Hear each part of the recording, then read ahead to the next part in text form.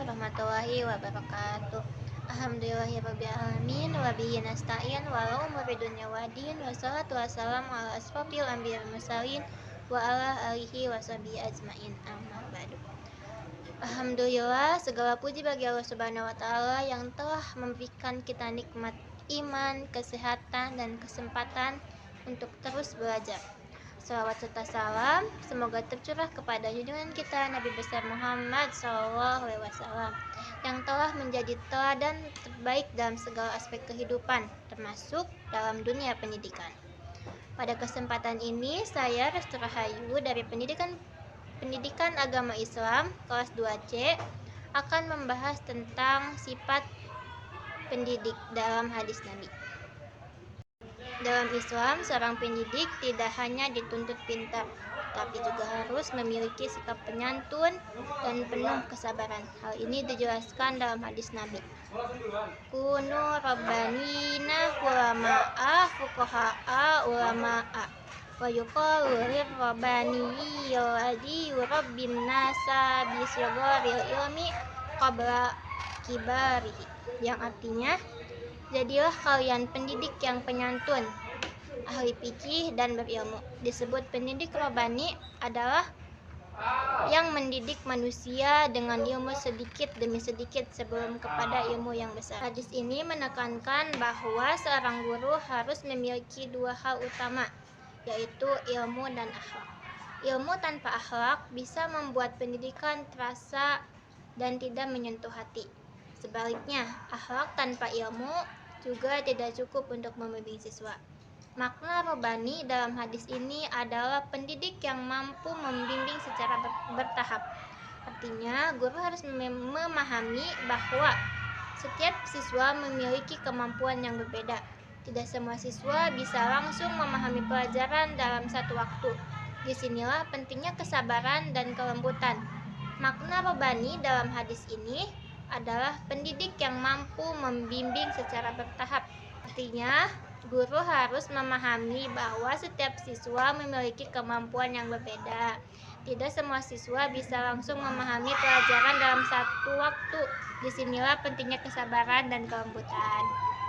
Jika kita lihat kondisi pendidikan saat ini, masih ada metode pembelajaran yang terlalu kaku dan kurang memperhatikan kondisi siswa. Ada siswa yang tertinggal karena tidak mampu mengikuti ritme belajar yang terlalu cepat. Bahkan terkadang ada pendekatan yang membuat siswa merasa takut dan bukan nyaman.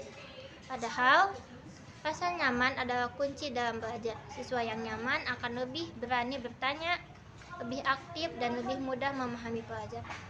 Solusinya adalah guru harus mengubah pendekatan menjadi lebih humanis. Guru perlu membangun hubungan yang baik dengan siswa, memahami karakter mereka, dan mengejar secara bertahap.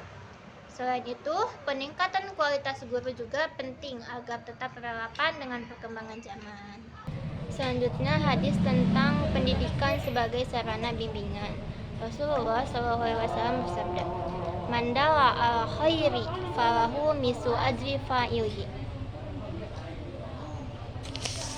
Barang siapa yang menunjukkan kepada kebaikan, maka dia akan mendapatkan pahala seperti pahala yang mengerjakannya. Hadis riwayat Muslim. Hadis ini menjelaskan bahwa tugas seorang pendidik bukan hanya sekedar mengajar, tetapi juga membimbing. Maksud membimbing di sini adalah mengarahkan siswa kepada kebaikan, baik dalam sikap, perilaku, maupun cara menjalani kehidupan. Seorang guru tidak cukup hanya menjelaskan materi pelajaran, tetapi juga harus membantu siswa memahami mana yang benar dan salah, serta bagaimana menerapkannya dalam kehidupan sehari-hari. Dengan adanya bimbingan, siswa tidak hanya menjadi pintar, tetapi juga memiliki akhlak dan arah hidup yang jelas. Jika kita dikaitkan dengan kondisi pendidikan di Indonesia saat ini, masih banyak yang terlalu fokus pada nilai akademik dibandingkan bimbingan karakter. Siswa dituntut untuk mendapatkan nilai tinggi, tetapi kurang mendapatkan arahan dalam sikap dan perilaku. Akibatnya, muncul berbagai masalah seperti kurangnya sopan santun, rendahnya disiplin, hingga mudah terpengaruh oleh lingkungan dan media sosial. Selain itu, hubungan antara guru dan siswa juga terkadang hanya sebatas di dalam kelas, sehingga siswa merasa kurang diperhatikan dan tidak memiliki tempat untuk berbagai masalah.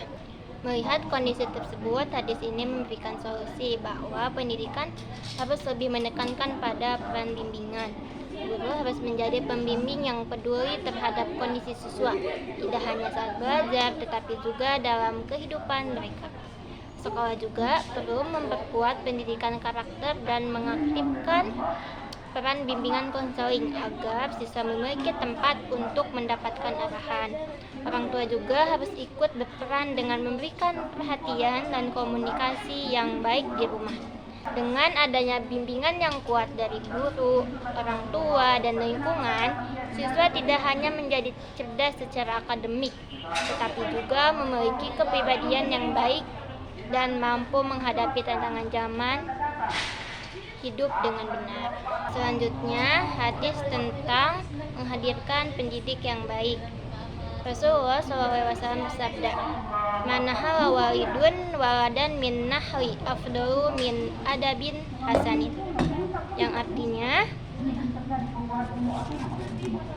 tiada suatu pemberian yang lebih utama dari orang tua kepada anaknya selain pendidikan yang baik.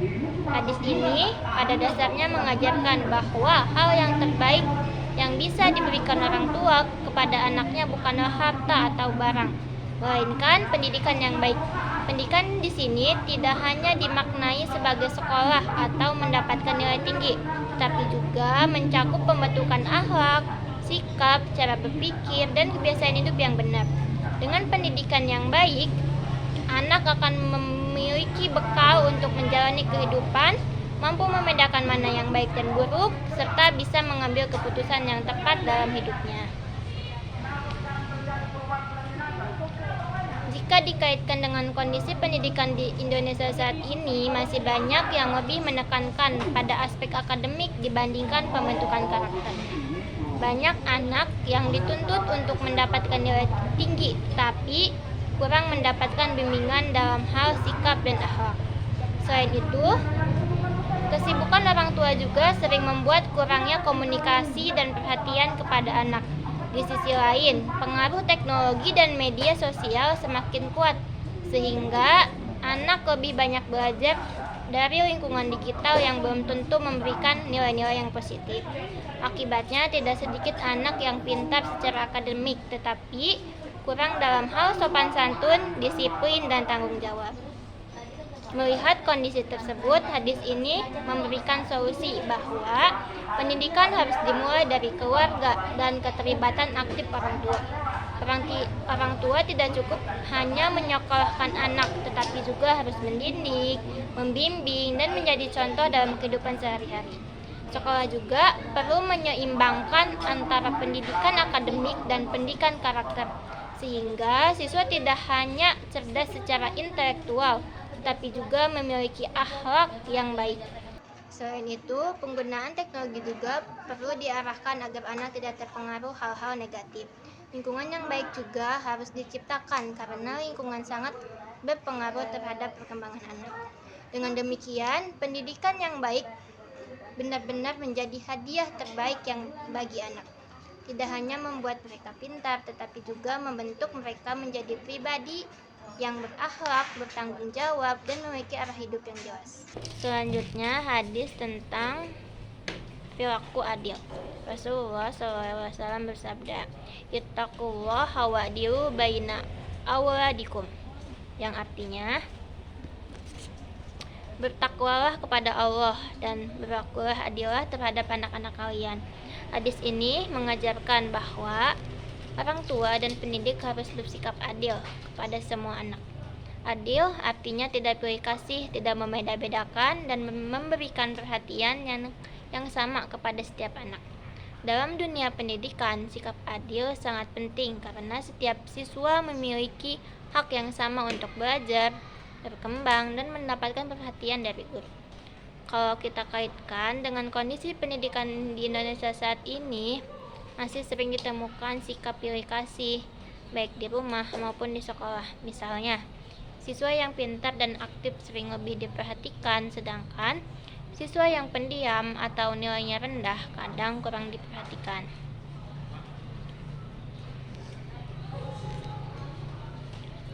Ada juga anak yang merasa dibanding-bandingkan dengan saudaranya atau temannya. Hal seperti ini bisa membuat anak merasa minder, iri, kurang percaya diri, bahkan kehilangan semangat belajar. Selain itu, masih ada ketidakadilan dalam pendidikan, seperti perbedaan fasilitas antara sekolah di kota dan di daerah terpencil. Ada sekolah yang fasilitasnya lengkap, sementara ada juga yang masih kekurangan guru, buku, dan sarana belajar. Akibatnya, tidak semua anak mendapatkan kesempatan pendidikan yang sama. Dari hadis ini, kita bisa mengambil pelajaran bahwa pendidikan harus dijalankan dengan sikap adil. Guru harus memperhatikan semua siswa tanpa membeda-bedakan kemampuan, latar belakang, atau keadaan ekonomi. Orang tua juga harus memberikan kasih sayang dan perhatian yang sama kepada semua anak agar tidak muncul rasa iri dan sakit hati. Selain itu, pemerintah juga harus berusaha memberikan pemerataan pendidikan supaya semua anak di Indonesia bisa mendapatkan hak belajar yang sama. Dengan adanya sikap adil dalam pendidikan, siswa akan merasa dihargai, lebih percaya diri, dan lebih semangat dalam belajar. Lingkungan pendidikan juga akan menjadi lebih nyaman, harmonis, dan mendukung perkembangan semua anak tanpa terkecuali. Selanjutnya, hadis tentang ikhlas. Rasulullah SAW bersabda, "Innama amalu binniyat wa innama likulli imri'in ma nawa." Yang artinya, sesungguhnya setiap amal tergantung pada niatnya dan setiap orang akan mendapatkan sesuai dengan apa yang ia niatkan. Hadis ini menjelaskan bahwa nilai suatu perbuatan sangat ditentukan oleh niat yang ada dalam hati seseorang. Amal yang terlihat baik belum tentu bernilai di sisi Allah jika dilakukan karena ingin dipuji, dihormati, atau mendapatkan keuntungan pribadi. Sebaliknya, amal yang sederhana dapat menjadi sangat bernilai jika dilakukan dengan niat hati yang tulus karena Allah. Oleh karena itu, hadis ini mengajarkan pentingnya keikhlasan dalam setiap tindakan, baik dalam ibadah maupun dalam kehidupan sehari-hari. Kandungan hadis ini juga menunjukkan bahwa niat menjadi dasar utama dalam beramal. Dalam Islam, niat bukan hanya pembeda antara ibadah dan kebiasaan, tetapi juga menentukan kualitas amal seseorang. Hadis ini juga mengajarkan agar manusia selalu memperbaiki tujuan hidupnya dan tidak hanya mengejar penilaian manusia. Selain itu, hadis ini juga menanamkan sikap jujur, tanggung jawab, dan kesungguhan dalam melakukan sesuatu. Jika kita dikaitkan dengan kondisi pendidikan saat ini, nilai yang terkandung dalam hadis ini sangat relevan. Dunia pendidikan sekarang sering terlalu fokus pada hasil, seperti nilai tinggi, ranking, sertifikat, atau gelar. Banyak siswa belajar hanya karena tuntutan orang tua, takut dimarahi guru, ingin dianggap pintar oleh orang lain. Akibatnya, proses belajar kehilangan makna yang sebenarnya, yaitu mencari ilmu untuk memperbaiki diri dan memberi manfaat bagi masyarakat. Fenomena seperti mencontek, plagiarisme, memberi tugas, hingga belajar sistem kebut semalam sebelum ujian itu juga menjadi bukti bahwa sebagai peserta didik lebih mementingkan hasil daripada proses. Hal ini menunjukkan kurangnya pemahaman tentang pentingnya niat yang baik dalam menuntut ilmu. Jika siswa memiliki niat belajar karena Allah dan karena kesadaran untuk mencari ilmu, maka mereka akan lebih jujur, disiplin, dan menghargai proses belajar. Bukan hanya siswa, guru juga perlu menerapkan nilai ikhlas dalam pendidikan. Saat ini, guru menghadapi banyak tantangan, mulai dari tuntutan administrasi, perubahan kurikulum, hingga perkembangan teknologi dan perilaku siswa yang semakin kompleks.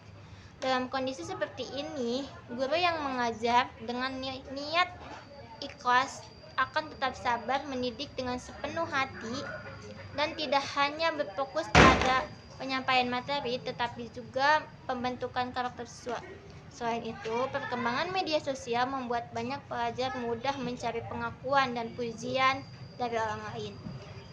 Prestasi kadang dijadikan alat pencitraan, bukan sebagai bentuk rasa syukur atas ilmu yang dimiliki. Nilai ikhlas dalam hadis ini menjadi pengingat bahwa tujuan utama belajar bukan hanya dipuji manusia, tetapi untuk memperoleh ilmu yang bermanfaat dan keberkahan hidup. Dengan demikian, hadis tentang niat dan ikhlas ini dapat menjadi solusi bagi berbagai problematika pendidikan di Indonesia. Pendidikan seharusnya tidak hanya menghasilkan siswa yang cerdas secara akademik, tetapi juga memiliki akhlak yang baik, jujur, bertanggung jawab, dan memiliki tujuan hidup yang benar. Kesimpulan dari kelima hadis tersebut adalah bahwa pendidikan dalam Islam tidak hanya bertujuan membuat seorang pintar, tetapi juga membentuk akhlak, sikap, dan kepribadian yang baik. Seorang pendidik harus memiliki ilmu, sikap penyantun, kasih sayang, serta mampu membimbing peserta didik dengan adil dan penuh keikhlasan. Selain itu, pendidikan yang baik merupakan tanggung jawab bersama antara orang tua, guru, dan lingkungan. Hadis tersebut mengajarkan bahwa proses pendidikan harus dilakukan dengan niat yang ikhlas, tidak hanya mengejar nilai, pujian, atau keuntungan duniawi. Pendidikan harus menanamkan karakter seperti jujur, disiplin, tanggung jawab, dan kepedulian terhadap sesama. Jika nilai-nilai dalam hadis ini diterapkan dalam dunia pendidikan saat ini, maka berbagai masalah seperti kurangnya akhlak, ketidakadilan, mencontek, rendahnya disiplin, dan pengaruh negatif lingkungan dapat dikurangi. Dengan begitu, pendidikan tidak hanya menghasilkan generasi yang berakhlak baik, bertanggung jawab, dan memiliki tujuan hidup yang benar. Sekian dari saya, kurang lebihnya mohon maaf. Wabillahi taufiq wal hidayah. Wassalamualaikum warahmatullahi wabarakatuh.